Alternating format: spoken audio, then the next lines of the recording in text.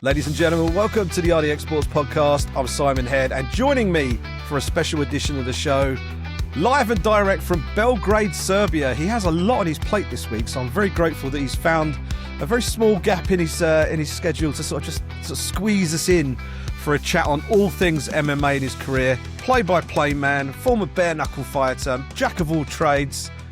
Mr. Phil Campbell joins us. Phil, how you doing, my friend? How's it going, mate? Thank you very much for having me. Jack of all trades, master of none. The key is to be busy enough in all things that you don't focus on one thing and people don't realize you're a charlatan. Anyway, how are you, mate? I'm good, mate. I'm good. So let's just start with sort of your location. You've just got back to your hotel room. You've had a busy day. Talk to me about the IMMAF. You're calling fights for the IMMAF Euros right now over there in Belgrade. It's a big week all in, right? Yes, absolutely huge. It's the youth, junior, and senior IMMAF European Championships. It's my first experience of working with IMMAF, and it's been incredible. The level of talent, right from youth to junior to senior, is absolutely incredible. I'm very happy to kind of reinforce that relationship that IMMAF have with Brave. So to be the representative for Brave here and being in commentary with the great and powerful Mr. Jude Samuel, it's pretty cool. And what's the difference like for you? Obviously, you're used to calling professional fights. You're now calling amateur fights. The rule sets change depending on the age group that you're dealing with. How have you found that experience? And obviously, dealing with people that you maybe don't have a hell of a lot of research on. You might just have a sheet of names, and it's like, here's the blue corner, here's the red corner. How have you found that experience jumping into that? Well, my very first day of the IMMAFs, it was the youth IMMAFs, and we had like over 70 fights. So with the greatest respect and the greatest will in the world, that's over 140 fighters. You can't do as much of the deep dive as it allows you to do with pro. There's also the different connotations of the rule sets, which lends itself to different approaches and different strategic interventions that you see throughout the course of the fight. But man, it's been fascinating. I love MMA. First and foremost, I'm a fan of MMA. So to be able to watch the incredible talent that you have all the way through, as a fan, it lets me know that mixed martial arts is in very safe hands moving forward. Yeah, I had an experience of the IMMAF World Championships back in, it was right towards the end of COVID. They held, I think it was the 2021 World Championships, but it was in 2022, I think. And everything was under sort of strict COVID. We were all in a bubble. We were getting our brains. Yeah. We had the whole PCR tests every 2 days. We're queuing up with the Bahraini national team to get our noses sort of. It was crazy. But the thing that struck me, being there and just being a part of everything, was just what an incredible event it is to be at one of these large IMMAF tournaments. Obviously, the Euros, I would imagine the setup very similar, multi-cage setup in a large four room. Cages. We have 4 cages, mate. And again, I'm seeing a lot of guys that I would see when I do Brave shows from different federations. But one thing that I'm really struck by, and it is genuinely heartwarming, I hope it don't sound too sappy when I say this, but what IMMAF have done is they've fostered such a wonderful community of individuals and brought great people together, from the refereeing team to the inspectors to the judges. Everyone greets you with a smile that's completely void of ego. The coaches from teams are great and everything. So it's just really pleasant, Yeah. I got the chance to do a teeny bit of commentary, a teeny bit. It's something I've done, like color commentary twice now. I did a little bit. How do you find it? How do you find commentating? Well, I did sort of between rounds commentary at the IMMAFs for like a day. And then I did co-commentary alongside John Morgan for a Belgian fight promotion, and that was like more doing like a proper show. And I fell in love with it, and I'd love to do more of it, but finding the right spots and everything to do it, I'd love to give it a go.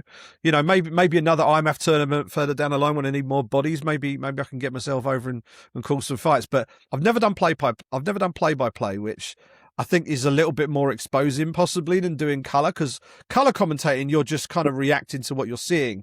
Play by play, you maybe need a little bit more of that background in advance to sort of dive in there and make sure that you can hit the ground running with the commentary. That's why I asked about jumping in with not too much prep on these guys, because it is kind of sink or swim, isn't it, a little bit? It is very much, but the great thing about IMMAF is the action comes thick and fast and so quick. And as I say, I'm working with Jude Samuel, who is a wealth of knowledge. You look at the things he's done in the sport. If in my MMA career I accomplish a tenth of what that man's accomplished, I'd be very, very happy. So I can sort of defer to him a lot of the time. He's done a number of IMMAF cycles as well. And I'm having a lot of fun, man. And that's first and foremost, I always maintain commentary should be fun. It's essentially a conversation between the two commentators, but other people are able to eavesdrop. Do you know what I mean? So if you keep it fun and you keep it light, and if people know that you're having fun, then they'll engage with it. They'll have fun. Yeah, I think if I'm right, Jude Samuel, the first UK Brazilian Jiu-Jitsu black belt, I think. He's I a think dangerous that's dude. true. I He's a think that's true. dangerous I dude. think that's true. Did great work back in the days with Bellator, of course. 100%. No. And yeah, driving force behind the scenes at IMMAF and stuff. So this is part of a wider week of martial arts. It's Brave International Combat Week in Belgrade, Serbia. Tell us about, because this is an annual thing, right? For Brave Combat Federation, Yeah. they do Well, tend to piggyback it with an IMMAF show, and then you've got the big pro event, which we'll get onto in a little bit. But give us just sort of the sort of top down view of how these weeks look typically year to year. well, Brave Combat Federation obviously has a wonderful relationship with IMMAF, and now through association we have a wonderful relationship with the Serbian Federation. So you have your IMMAFs, and then eventually that all sort of lend itself and culminate in a big Brave Combat Federation show. So it's great for the athletes who are competing on the IMMAF to see that, IMAF is a potential pathway for them to compete on an international global stage like Brave Combat Federation, and it's all a collaborative effort from everyone involved. Yeah, and three of the most prominent names to come out of IMMAF in recent years, at least during the time I've been following it, is they've all made their way through from IMMAF into Brave. Mohammed Makayev, obviously the most notable one from these shores Yeah. here in the UK, having his success in Brave, going off to the UFC, now back with Brave again right now. Sabrina D'Souza, who is an absolute Yes. phenom, probably the most decorated female athlete in IMMAF history. She's now competing inside the Brave cage, and someone who's actually competing this weekend, Ramazan Gitanov, who Yeah, I think Ramzan, is he the most decorated IMAF athlete in the history of the competition? I believe he's got like 6 gold medals, 3 world yeah. titles. The man's an absolute phenom, and he has transitioned seamlessly into professional mixed martial arts, and he's making a statement in the lightweight division. Yeah, I think 6 in a row, all first round. I think overall his win streak's like 35 fight win streak or something crazy like that, because he lost two. Amateur and pro combined 36. That's 36. crazy. There you 36, go. man. That's crazy. Yeah, because he has been beaten twice, but they were like in his like second and third amateur fights, and it's been all wins Yeah. since then. So, but crazy. But it's a great sort of transitional path you've got, where you've got IMMAFs, you've got that close relationship, Brave and IMMAF working together. You've got a week like this. It allows us a great scouting opportunity, I guess, for the matchmakers like Sam Brett and people at Brave to actually see the talent coming through and say, okay, let's earmark these people, even if it's not for this year or next year. It might be further down the line. It might be like an 18-year-old who's coming through, or a 17-year-old coming through. You think, okay, if they continue on that rate of progress, 3-4 years time, we'll have them inside the Brave cage. Yeah. There's, as I say, you've mentioned some great fighters there, but there's also guys like Shori Torres, was an IMMAF champion who went on to become a Brave champion, and Kuze Ndebele, Africa Open IMMAF champion who went on to be a Brave Combat Federation champion. So there are these proven pathways for these fighters, and it works. It quite clearly works, So it's proven to these younger athletes that if you're involved in the IMMAF, you're on the right track to becoming a pro, and you're on the right track to improving as a mixed martial artist. Let's talk about your pathway. How did you get to be sitting there at cage side with a microphone in your hand calling fights? So talk me through the origin story of Phil Campbell, martial arts commentator, because there's been plenty of stops along the way, right? Dumb luck more than anything, mate, and a can-do attitude. So yeah, I was meant to fight. This is years ago, back when I was a competition fighter. I was meant to fight on a local show in Ireland, and I either got injured or my opponent got injured like the week out. I can't remember. And the promotion asked if I wanted to jump in and guest commentary, and mate, I loved it. I loved it right from the get-go, and it became, and that was in a very short space of time. I think within the space of a year, I went from that working regional shows, for fun, to being contacted by Brave Combat Federation, and Brave 16 was my first show in Abu Dhabi. And from Brave 16, I'm the only member of the broadcast team who has not missed the show. So, and it's lent itself to working with a host of great organizations, but Brave Combat Federation holds a very special place in my heart. And you've got a great bond there. There's kind of like the three of you, isn't there? There's Carlos Kramer, the Do you roaring know lion what? in the cage, giving it big licks, and you got Kirik Jeunesse alongside you as well. It's crazy because these are two men who I grew up watching. Do you know what I mean? Like, Kerry Jeunesse is a recipient of the Fire's Only Lifetime Achievement Award. He's been integral to the development of mixed martial arts. He's been in since day dot, 1993. I was 5 years old at the time, and he's making tutorial videos. He owned the first ever mixed martial arts website, mixedmartialarts.com. And then you've got Carlos Kramer, a decorated military captain, a decorated jiu-jitsu practitioner. He's a member of the U.S. Military Hall of Fame. He's a member of the Brave Combat Federation Hall of Fame. He's an 8-time cage announcer of the year. And the thing is, beyond just being colleagues, like, I love those guys to death. You know, I would do anything for them. And I think that relationship, that camaraderie is apparent. And that's why we work so well together. And I genuinely believe, I would put the three of us up as a broadcast team against anybody in combat sports. I mean, the biggest compliment I can pay is that I think you mentioned earlier that commentary is supposed to be fun, right? The three Yeah. of you look like the three of you look like you're having a blast, and Oh, that's mate, that's what it's all about. that's what it should be about. Because, like, Carlos is doing his thing in the cage. He'll turn around to us and, like, give us a little smile. Like, me and Carrick, like, a lot of the time during a broadcast, I kind of have the intention to make Carrick laugh at least once. And if I can get a little giggle out of him, I'm really happy because he's a great broadcaster. He's got that polished American style of broadcasting, and then you've got the wee scumbags from Ireland trying to make him giggle.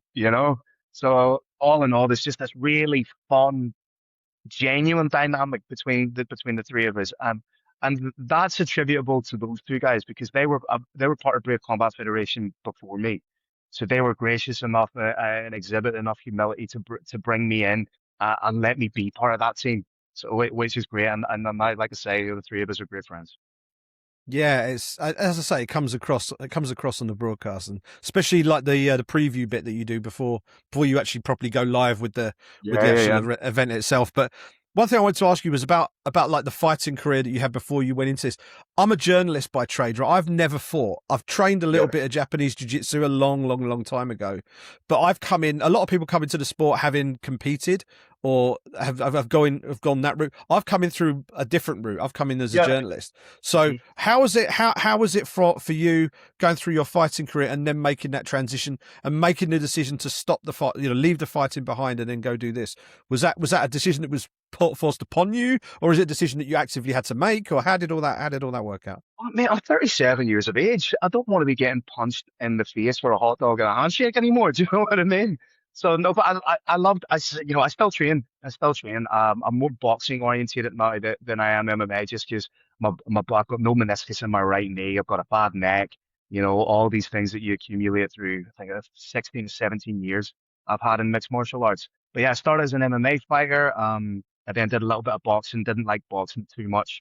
And then moved into bare knuckle boxing. But I believe it kind of gives me um, uh, not more insight by any stretch of the imagination, but just a different perspective than some other commentators, which has its good points and its bad points. But I'm forever thankful to mixed martial arts because when I started doing MMA, never in my wildest dreams did I think that this would be my career, that I'd be traveling the world speaking about fights.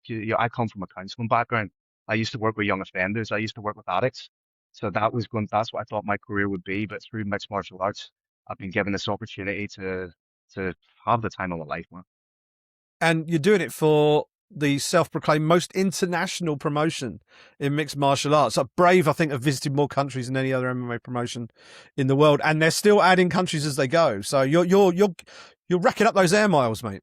100%. It's self-proclaimed because it's a fact. Brave Combat Federation is the most traveled organization in the history of our great sport, and we're continuing to do so. But again, with the thing is, obviously I'm a Brave Combat Federation loyalist, but the great thing about Brave Combat Federation is we're going to territories and going to places where you don't usually see a global mixed martial arts show. Not only that, but we're building relationships, sustainable relationships with the local federations.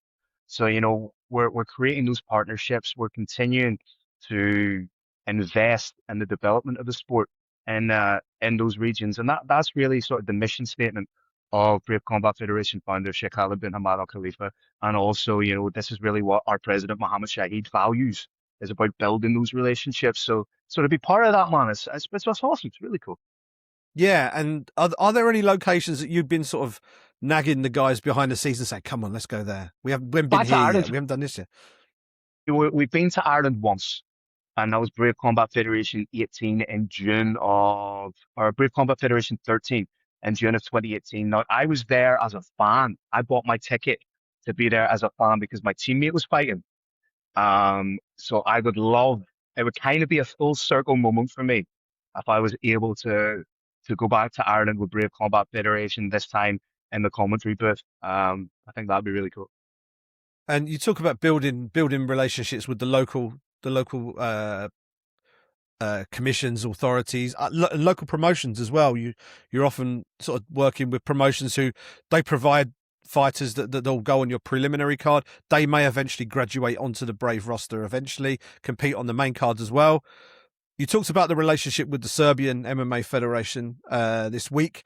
Talk to us about this fight card that we've got coming up at Brave CF 104. This is like the centerpiece, if you like, of Brave International Combat Week 2026.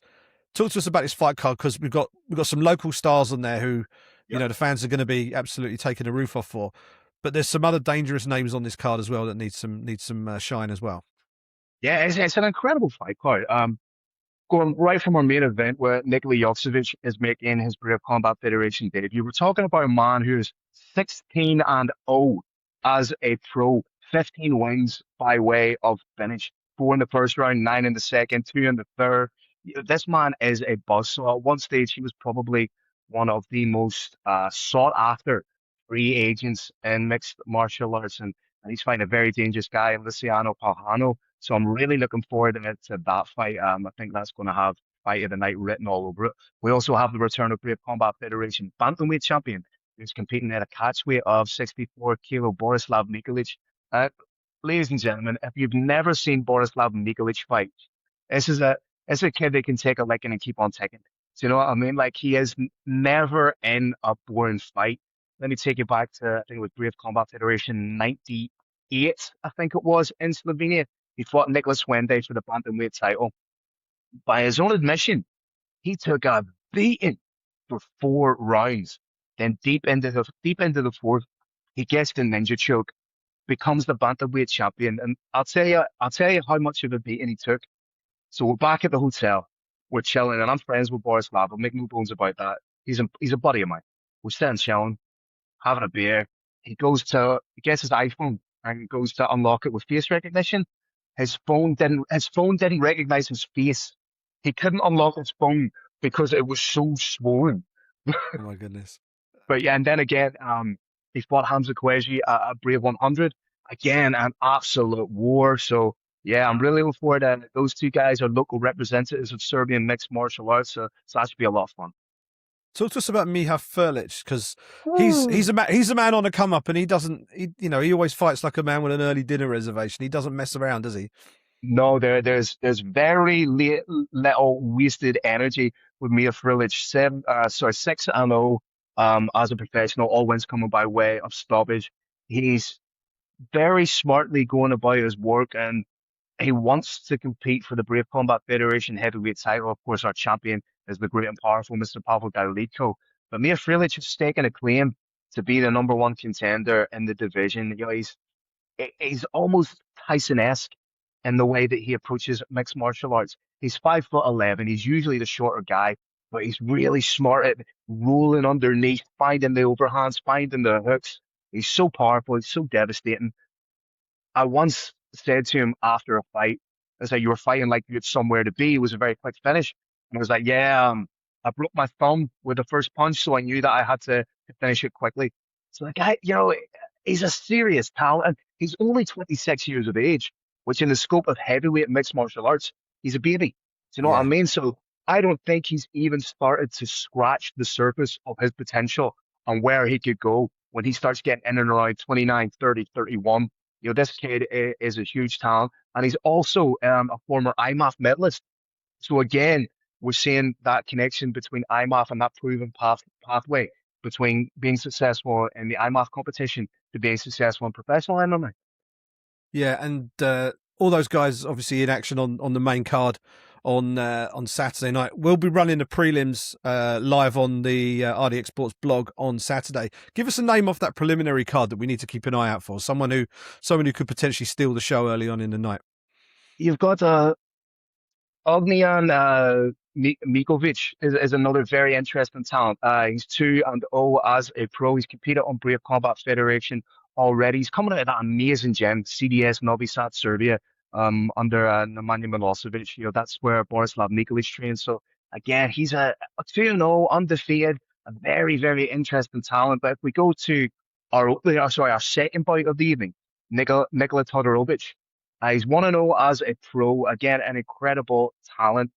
He's very, very young in his mixed martial arts career. But this is a guy who's a 2025 Waco Pro World Super Middleweight K1 champion. And if you look at what this guy does, uh, his right-sided attacks, he's separating people from their senses. He's a 6'3" super welterweight. So he catches beautiful knees coming in. His striking game is incredible. Yes, he's 1-0, but his professional debut lasted just 25 seconds.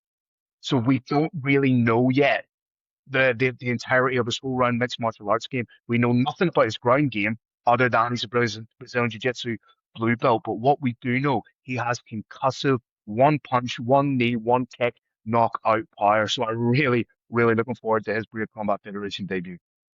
You just mentioned super welterweight division there, Yes, sir. and give us a sense of just how important that division is within Brave, because that's not a weight class that you see very often elsewhere. Was it 175 pounds, right? So 175 pounds, 79.4 kilo. Yeah, so that bridges the gap. You look at how the weight classes work. Lower down, you got £10 weight gap.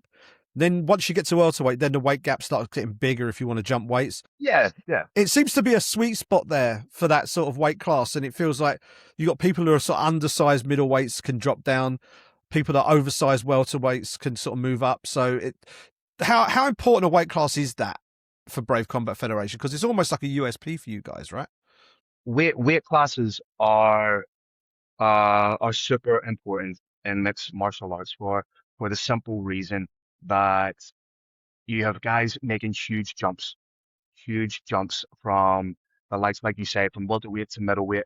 But if you have those little incremental jumps up and down, you have guys not necessarily killing themselves. There's a guy that's maybe can't make welterweight, but he's undersized from middleweight. That's super welterweight is a sweet spot. And again, we have super lightweight as well. So you're not having those massive jumps. And I know, there are issues of oversaturation with weight classes. People say every 10 pounds or so. But I think what we're doing with Brave Combat Federation, we've just the right idea.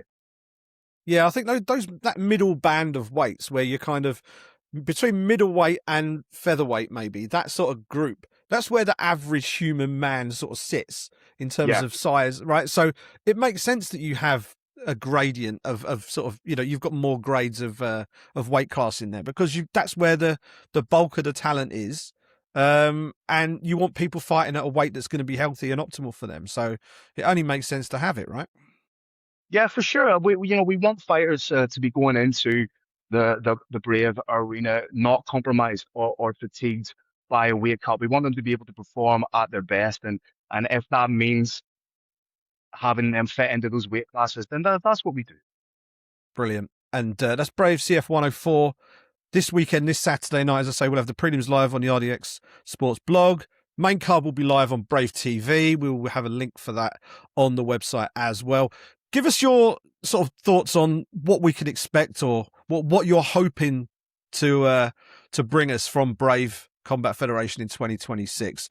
I don't want you necessarily to sort of break any confidences or anything, but what sort of things can we could we maybe expect from the promotion in 2026?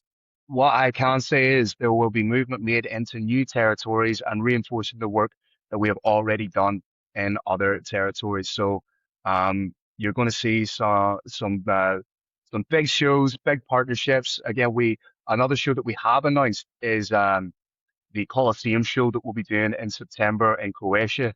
So there's big things coming up. Brave Combat Federation continuing its mission statement as the world's only truly global mixed martial arts promotion. Is that Pula? Is that Pula in Croatia? It is indeed. Yep, the outdoor Coliseum Stadium show. That's going to be great fun. That will be a ridiculous venue for live mixed martial arts. That would be quite the spectacle. But hopefully we'll have a big spectacle this weekend as well. Phil, thank you so much for taking the time. As I say, busy schedule this week. Thanks for taking the time to chat to us on the IMMAF Sport podcast. My pleasure entirely. Thank you, bud.